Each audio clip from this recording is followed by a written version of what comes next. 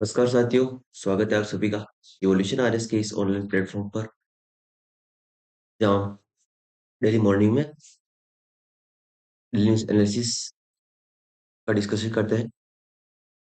सभी बंधुओं को जुड़ जाना है और चैनल को सब्सक्राइब कर देना है ताकि ताकि आपको अपडेट मिलता रहे। शुरू करते हैं। आज की जो पहली न्यूज है वो है सतत ऊर्जा दिवस के बारे में। ठीक है, सतत ऊर्जा दिवस, पहली बात ये ध्यान रखनी है, इसका आयोजन 28 फरवरी से 3 मार्च के बीच में ऑस्ट्रिया में किया जा रहा है। भारत ने इसका आयोजन 27 फेब को किया, हाल ही में। इसका जो मेन मोटो है या उद्देश्य है वो क्या है, हमें ऐसी ऊर्जा बनानी है जो सस्टेनेबल हो या सतत हो, जो कभी खत्म ना हो। और साथ ही हमें इस बात का भी ध्यान रखना है कि वो पर्यावरण के दृष्टिकोण से हमारे लिए लाभदायक हो, ना कि नुकसानदायक। ठीक है, यही वाक्य क्या है इसका, ऊर्जा रूपांतरण ही ऊर्जा का सुरक्षा है, ऊर्जा सुरक्षा है।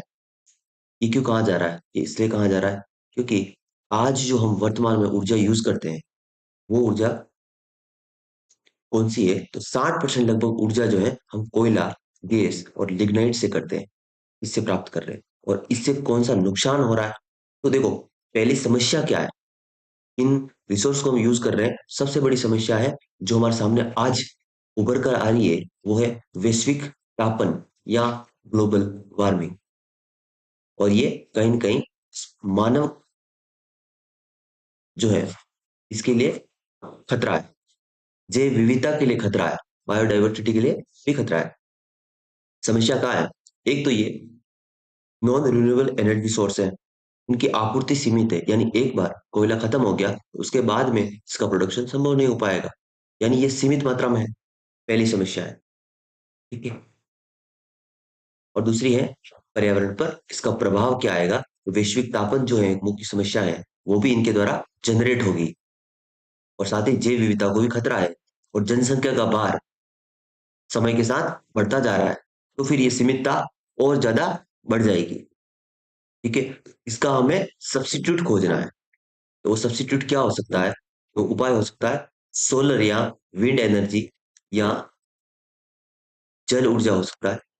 ये सभी जो सोर्स है एनर्जी के, इनकी तरफ हमें जाना है। अब राजस्थान की स्थिति देखें अगर, नवीकरणीय ऊर्जा सोर्स में, या हमने जो एक गैर परंपरागत ऊर्जा सोर्स से हमने मूव किया है, तो सोलर ऊर्जा में हमें देखें तो देश में राजस्थान का प्रथम स्थान है। ठीक है, पहली बात। और साथ ही जो जोधपुर का बड़ला पावर प्लांट है, जोधपुर का बड़ला पावर प्लांट विश्व का सबसे बड़ा सोलर पावर प्लांट है। 2245 मेगावाट की क्षमता है इसकी। इसका निर्माण 4 चरणों में किया गया है।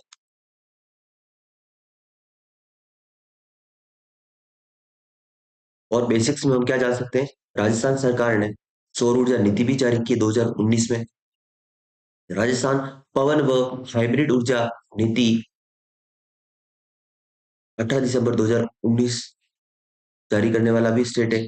18 दिसंबर 2019 को ये भी ध्यान रखना, पवन व हाइब्रिड ऊर्जा नीति जारी की गई है। साथ ही राजस्थान का जो अक्षय ऊर्जा निगम है, राजस्थान रिन्यूएबल एनर्जी कॉर्पोरेशन, वो ऊर्जा संरक्षण को प्रोत्साहन दे रहा है। और साथ ही ऊर्जा संरक्षण दिवस का 2009 से आयोजन कर रहा है 14 दिसंबर को।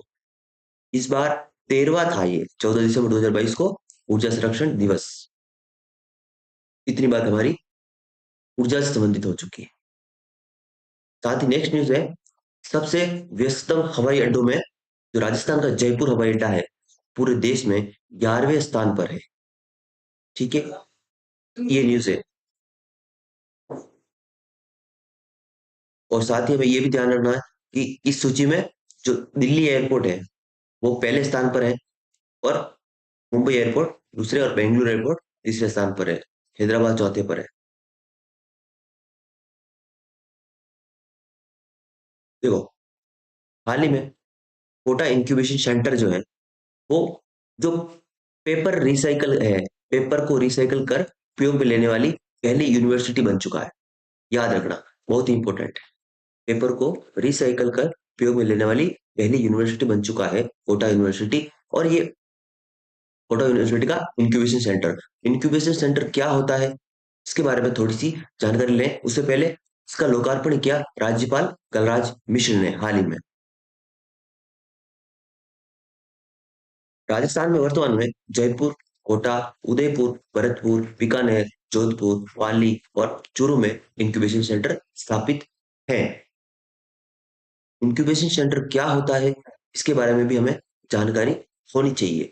लेकिन उससे पहले हम देख लें कि ज्ञान जो बिहार यूनिवर्सिटी है, ये जयपुर की, ये राज्य का पहला बायोटेक्नोलॉजी बिजनेस इंक्यूबेशन सेंटर है।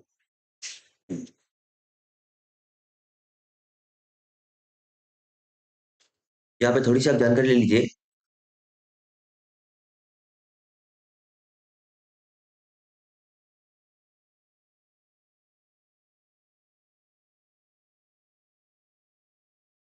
तो इंक्यूबेशन सेंटर होता है,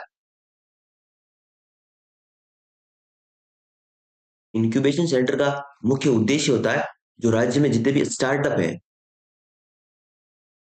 इन स्टार्टअप को बढ़ावा देना या प्रमोट करना।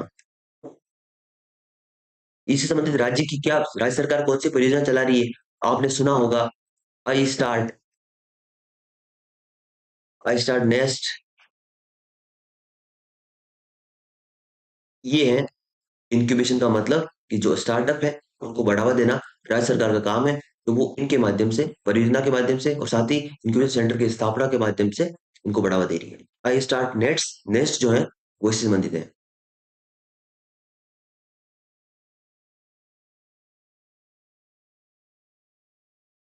नेक्स्ट न्यूज की तरफ बात करें तो जो P75I है, ये क्या प्रोजेक्ट है। इस प्रोजेक्ट का मुख्य उद्देश्य है मेक इन इंडिया के तहत पनडुब्बी बनाना। ये 6 सबमरीन का निर्माण किया जाएगा P75I प्रोजेक्ट के तहत, और ये भारत में बनाई जा रही है। ये बात समझ में आई आपको। सिर्फ हमें यह ध्यान रखना है यहाँ पे कि ये नौसेना का प्रोजेक्ट है, नौसेना के लिए प्रोजेक्ट है, और इसके तहत 6 पनडुब्बी बनाई जा रही है।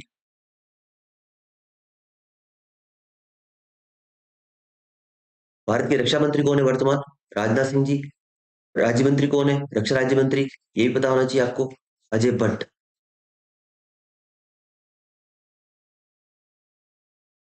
बात करें दुबई ओपन टेनिस की, तो इसमें जो नंबर 1 खिलाड़ी थी इसकी, चेक गणराज्य की गैरवरीय खिलाड़ी बारबोरा क्रेजिकोवा, इसने शनिवार को, है ना, दुनिया की नंबर 1 एक और टेनिस खिलाड़ी इगा, इगा का नाम है इगा स्विटेक, इसको हरा दिया है और दुबई ओपन खिताब अपने नाम कर दिया है। तो खिलाड़ी का नाम याद रखेंगे, बारबोरा, बारबोरा क्रेजिकोवा। और दुबई ओपन टेनिस में ये दुनिया की सबसे जो महान खिलाड़ी थी इगा स्विटेक, उसको हराने वाली है।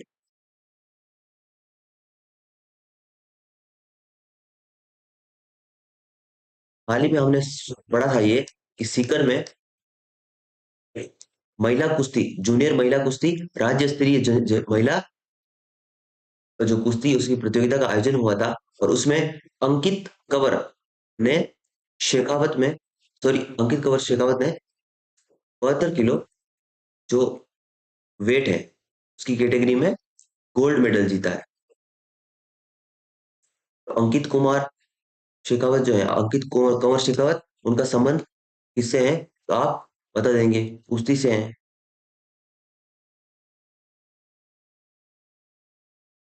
और कैटेगरी कौन सी है, 72 किलो है, ये बताना चाहिए।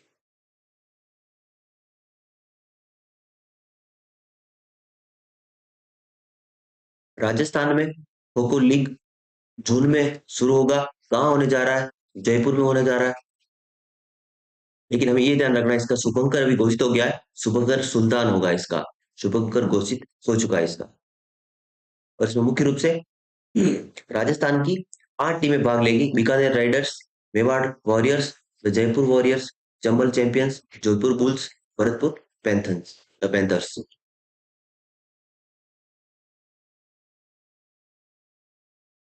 देखो, पाली जिला प्रशासन द्वारा बालिका शिक्षा को बढ़ावा देने के लिए एक नवाचार किया गया है कि 10वीं में जो, देखो पहली बात तो यह ध्यान रखनी है कि ये पाली जिला प्रशासन का एक अभियान है, और इसमें मुख्य रूप से क्या किया जा रहा है, तो बालिका शिक्षा को बढ़ावा देने के लिए जो 10वीं बोर्ड है की परीक्षा में अगर कोई बालिका उत्कृष्ट प्रदर्शन करती है तो उन्हें हवाई यात्रा प्रोवाइड करवाई जाएगी। हवाई यात्रा जोधपुर से हवाई उड़ान भरकर जयपुर पहुंची इस बार वाली, और इसमें दर्शन कराए जा रहे हैं बिरला मंदिर, जलधारा, सेंट्रल पार्क, फॉल। तो एक मौका मिलता है कि बच्चों को इस हवाई यात्रा का, अगर वो उत्कृष्ट प्रदर्शन करती है तो कहीं ना कहीं इसका जो मुख्य उद्देश्य है वो यही है कि बालिका शिक्षा को बढ़ावा देना, बालिकाओं को प्रमोट करना। जैसे आपने सुना होगा ना, मिड डे मील जो योजना है, अल्टीमेटली उसका उद्देश्य यही था कि बच्चों को ज्यादा से ज्यादा स्कूलों से जोड़ना, ग्रोस एनरोलमेंट रेशियो बढ़ाना। उसी तरह पाली जिला प्रशासन भी बालिका शिक्षा को बढ़ावा देने के लिए इस प्रकार की अभियान कार्रवाई कर रहा है, हवाई यात्रा। मेधावी छात्रों की उड़ान, पाली जिला प्रशासन बालिकाओं से संबंधित और भी योजना है जो बालिका शिक्षा को बढ़ावा देने का काम कर रही है। बालिका शिक्षा फाउंडेशन है राजस्थान में, बालिका शिक्षा फाउंडेशन राजस्थान, इसके बारे में हमें पता होना चाहिए कि बालिका शिक्षा को बढ़ावा देने के उद्देश्य से बालिका शिक्षा फाउंडेशन की स्थापना की गई थी 30 मार्च 1995 को। बालिका शिक्षा फाउंडेशन सोसाइटी एक्ट के तहत पंजीकृत संस्था है, और इसकी जो शासी परिषद है उसके अध्यक्ष माननीय मुख्यमंत्री साहब है, और निष्पादक इसके हैं, निष्पादक परिषद के सभापति है मुख्य सचिव। बात पता होनी चाहिए। और इस फाउंडेशन की जो स्थापना हुई थी उस समय बजट 1 करोड़ रुपए था, अभी 204 करोड़ है। इसके तहत ये फाउंडेशन जो है मुख्य रूप से गार्गी पुरस्कार देता है, बालिका प्रोत्साहन कक्षा 12 में, ठीक है। और आपकी बेटी एक और योजना है इसकी, शारीरिक अक्षमता व आर्थिक सबलता पुरस्कार है, मुख्य बधिर और नेत्रहीन आर्थिक सबल पुरस्कार है, इंदिरा इंदिरा प्रियदर्शनी पुरस्कार भी है, मुख्यमंत्री हमारी बेटियां पुरस्कार, और विदेश में ग्रेजुएशन के लिए भी कुछ सहायता राशि प्रदान करता है। इतने प्रकार के पुरस्कार है जो बालिका शिक्षा फाउंडेशन प्रदान कर रहा है, और ये राजस्थान की एकमात्र संस्था है जो बालिका शिक्षा को बढ़ावा देने का काम कर रही है। इसकी स्थापना 30 मार्च 1995 को हुई थी, और ये एक सोसाइटी एक्ट के तहत पंजीकृत संस्था है।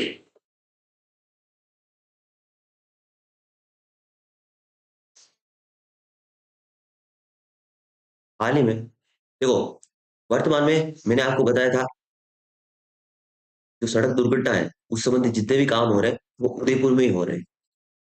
सर जो पार्क है, सड़क दुर्घटना पार्क, वो भी उदयपुर में स्थापित किया गया है। सड़क दुर्घटनाओं को रोकने के लिए सेव लाइफ अभियान, इसका शुभारंभ कहाँ से किया गया है, उदयपुर में हो रहा है। सेव लाइफ अभियान का संबंध कहाँ से, उदयपुर जिले से है, ये ध्यान रखना। और ये अभियान 1 मार्च से शुरू होगा, 31 मार्च तक चलेगा।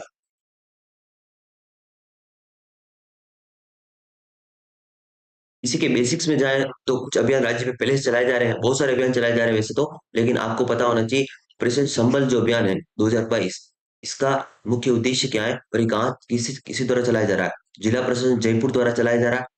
लाभार्थी का हक पहुंचे उस तक, यानी आपने कभी कभी सुना होगा कि जो पीडीएस होती है, उस पीडीएस का एक्चुअल लाभ उसके उपभोक्ता को कभी कभी नहीं मिल पाता, क्योंकि बिचौलिए आ जाते हैं बीच में, और कभी आपको कहते नहीं कि आपका अंगूठे का निशान नहीं आ रहा है या कुछ प्रॉब्लम्स हो, टेक्निकल प्रॉब्लम से तो आपको ये लाभ नहीं मिल पाएगा, और फिर वो अनाज खा जाते हैं जो भी दुकानदार होता है वहां का।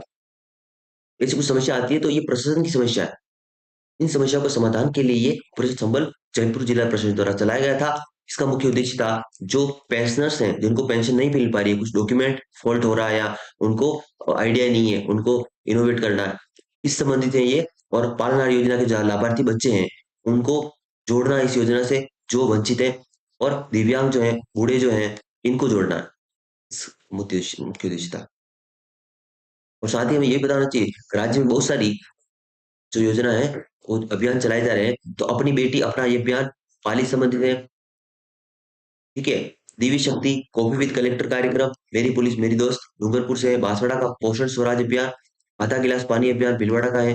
बूंदी का मिशन सुरक्षित बचपन ऑपरेशन स्मिता, सवाई माधोपुर का है गर्ल फ्रेंडली अभियान, करौली का है अभियान अंचल, दौसा का है भीम अभियान, जयपुर का है ऑपरेशन खुशी ऑपरेशन आग नन्हे हाथ कलम के साथ, अलवर का है सक्षम अभियान स्वस्थ बेटी अभियान। वहीं बात करें बीकानेर का है शक्ति अभियान, पुकार अभियान, माटी परियोजना, याद रखना माटी परियोजना, सजग आंगनवाड़ी। बाड़मेर है नवाचार मिशन सुरक्षा चक्र, एनीमिया जांच संबंधित है। और बाड़मेर का हरियालो वायतु भी है। और जैसलमेर का है विद्युत आपके द्वार, जोधपुर का है मुंह बंद रखो अभियान, नागौर का है रास्ता खोलो अभियान। इतने सारे अभियान है, इन सबको भी आप ध्यान रख सकते हैं। हाल ही में भूपेंद्र यादव केंद्रीय श्रम व रोजगार मंत्री, इन्होंने मास्टर इन अर्बन प्लानिंग के स्टूडेंट प्रतीक पाराथर को एक अवार्ड से सम्मानित किया गया है। और ये हाल ही में इसकी जो स्थापना दिवस के अवसर पर नई दिल्ली में डॉक्टर अंबेडकर इंटरनेशनल सेंटर में आयोजित एक भव्य समारोह था, वहां पर इन्हें प्रथम पुरस्कार के रूप में 1 लाख रुपए का चेक और प्रशस्ति पत्र प्रदान कर सम्मानित किया गया। इनका मुख्य काम क्या था? तो ईएसआईसी की स्थापना, ईएसआईसी सेंटर जो है उसके लिए उन्होंने एक आइडिया दिया अपना। ठीक है, इन्होंने क्या किया, 350 से 500 जो बेड तक के अपग्रेडेबल ईएसआईसी हॉस्पिटल का प्लान दिया है और डिजाइन किया है। गुजरात में इनका प्लान के बेस एक हॉस्पिटल भी बनने वाला है।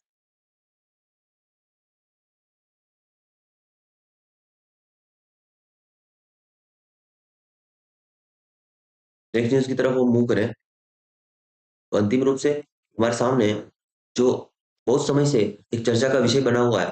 देखिए, शायद आपको इस भारत के राज्यों के बारे में नहीं पता होगा। नॉर्थ ईस्ट की कोई राजधानी आपसे पूछ ली जाए वो आपको नहीं पता होगा। अभी कोई करंट का मुद्दा चल रहा है तो वो कैसे पता होगा? उसकी जानकारी हमें पता होनी चाहिए वैसे, वो क्या है। तो देखो, जो भी आरएस की तैयारी कर रहे हैं उनके लिए तो ये इम्पोर्टेंट नहीं है, वनडे के लिए भी कर रहे हैं उनको भी पता होना चाहिए। हाल ही में देखो, यहाँ पे दो चीजें हैं। एक तो चंद्रबाबू नायडू की बात सुनिए। ये आंध्र प्रदेश का जो राज्य से संबंधित मुद्दा है उसके बारे में हम चर्चा कर रहे हैं। और उसमें हमें दो जो सीएम है उनका नाम और उनसे संबंधित घटना है उसको समझना है। चंद्रबाबू नायडू जो पहले सीएम थे, पूर्व सीएम थे, और वर्तमान में इसके जो है सीएम है वो जगमोहन रेड्डी। समस्या कहाँ है? समस्या ये है कि चंद्रबाबू नायडू ने इस अमरावती को कैपिटल के रूप में डेवलप करने की घोषणा की थी। और 2015 से अमरावती एज अ आंध्र प्रदेश की कैपिटल घोषित हो चुका था। अब ये नई कैपिटल घोषित करने की जरूरत क्यों पड़ी, ये बात भी हमें समझ में आनी चाहिए। तो जब 2 अक्टूबर 2014 को आंध्र प्रदेश से तेलंगाना अलग हुआ था तो एक समस्या आई थी कि इसकी पूर्व जो कैपिटल थी हैदराबाद, वो तेलंगाना में शामिल हो गई। तो अभी नई कैपिटल की जरूरत थी इन्हें। फिर नई कैपिटल के रूप में अमरावती को कैपिटल सिटी के रूप में डेवलप किया जाने लगा। और सिंगापुर मॉडल के बेस पे इसे डेवलप किया जा रहा है अमरावती कैपिटल को। लेकिन जब इनकी सरकार पलटी, 2019-20 की बात है, सरकार पलटी और नए सीएम जगमोहन रेड्डी आए। इन्होंने कहा नहीं, ऐसा नहीं होगा। इन्होंने कहा, इन्होंने क्या कहा, जगमोहन रेड्डी ने कहा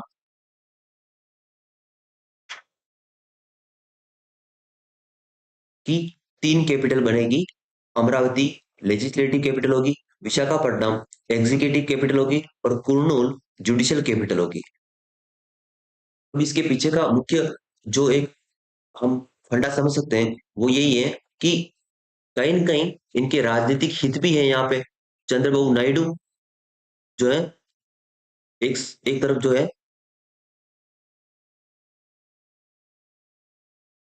जो चंद्रबाबू नायडू हैं और जगनमोहन रेड्डी हैं। ये रेड्डी यहाँ की कम्मा कम्युनिटी है। सॉरी,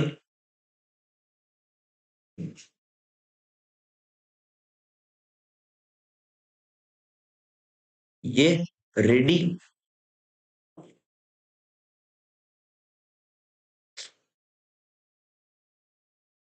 वेट, जगमोहन रेड्डी है, ये तो रेड्डी, और ये कम्मा। यानी चंद्रबाबू नायडू को अपनी पार्टी के लिए कम्मा कम्युनिटी का बहुत बड़ा सपोर्ट था। और ये जो अमरावती वाला लैंड था, कहीं न कहीं रिपोर्टें आई है उसमें देखा गया कि कम्मा कम्युनिटी को बूस्ट करने के लिए, उन्हें यहाँ उन जमीन का एक बड़ा मूल्य दिलवाने के लिए उन्होंने अमरावती को चुन लिया। ये उन पे एलिगेशन लग रहे हैं। वहीं जगमोहन रेड्डी रेड्डी कम्युनिटी को लाभ दिलाने के लिए ये काम कर रहा है, इससे मोटिवेट है। ये एक एलिगेशन भी लगाया जा रहा है। ये एक तो समस्या है ही है। और राजनीतिक टकराव के रूप में ये तो है ही है कि वोट की राजनीति की जा रही है, किस कम्युनिटी को पर्टिकुलर टारगेट किया जा रहा है, वो तो है ही है। साथ ही इसका अलग इम्पैक्ट आएगा, आर्थिक इम्पैक्ट, क्योंकि आंध्र प्रदेश वर्तमान स्थिति में बजट घाटे में चल रहा है। लेकिन यदि वो तीन राजधानियां डेवलप करता है तो फिर आर्थिक नुकसान कितना होगा। तब प्रशासनिक संरचना यहाँ डेवलप करनी पड़ेगी, यहाँ करनी पड़ेगी, यहाँ करनी पड़ेगी। एक तरह से ये नुकसान भी है। ठीक है, और लोगों के लिए वो क्या सुविधाजनक रहेगा। एक ही स्थान पर अगर होगी सारी चीजें तो लोगों के लिए आसानी होगी। अब ये सब जगह अलग अलग बना देंगे तो लोगों के लिए लॉजिस्टिक जो है और एक जो कॉस्ट आती है आने जाने की, वो बढ़ जाएगी। सोशल इशू भी है, इकोनॉमिकल इशू भी है, बहुत सारे इशू हैं। इन इशू पे भी ध्यान रखना है। और साथ ही यहाँ के जो लोग हैं वो प्रोटेस्ट भी कर रहे हैं कि हमारी जो जमीन ली गई थी यहाँ से, ठीक है, और अब उसका कोई यूज नहीं, और यहाँ इतना आर्थिक नुकसान आपने इन्वेस्टमेंट कर दिया था अमरावती में, अब उसका फिर क्या यूज करोगे अगर आप कैपिटल बदल दोगे अमरावती से प्रॉफिट होम में। ठीक है, इतना बड़ा इन्वेस्टमेंट किया गया, सिंगापुर मॉडल पे डेवलप किया जा रहा है, फिर उसका क्या होगा।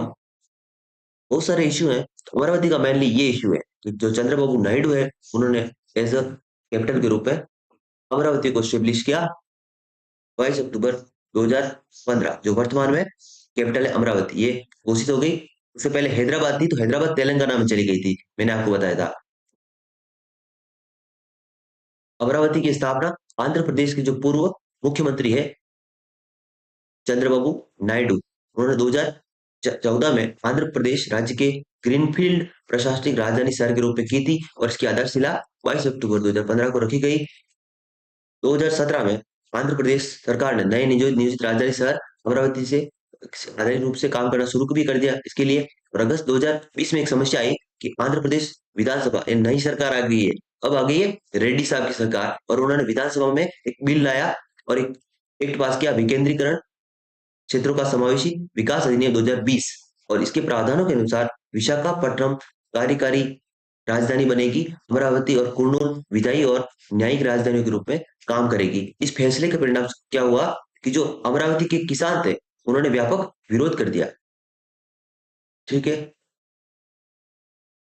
और अधिनियम को आंध्र प्रदेश हाईकोर्ट में चैलेंज कर दिया गया, जिससे अदालत द्वारा सुनवाई पूरी होने तक यथास्थिति बनाए रखने को कहा गया। और फिर जगमोहन जो रेड्डी थे, इनकी बात थी कि तीन राजधानी, हाईकोर्ट ने इसको खारिज कर दिया और हाईकोर्ट ने कहा अमरावती रहेगी। तो फिर जगमोहन रेड्डी साहब ने क्या किया, इसको सुप्रीम कोर्ट में चैलेंज कर रखा। वर्तमान स्थिति ये है, देखो सुप्रीम कोर्ट में एक याचिका दायर कर रखी है, और इन्होंने बोला है कि 4 नवंबर 2022 को ग्रेटर विशाखापट्टनम नगर निगम ने कार्यकारी राजधानी को विशाखापट्टनम स्थापित करने में एक पक्ष में प्रस्ताव पारित किया, यानी वापस ये प्रस्ताव भी पारित कर रहे हैं, या एक एक्ट भी लाएंगे, ये कह रहे हैं कि ये राजधानी नई वाली बन के रहेगी। ये दोनों टकराव है, राजनीतिक टकराव भी है, और इससे समाज को नुकसान होता है, आर्थिक नुकसान भी होता है। इन बातों को ध्यान रखना है। दोस्तों, आई होप आपको न्यूज पसंद आती होगी। आज के लिए इतना ही, धन्यवाद, जय हिंद।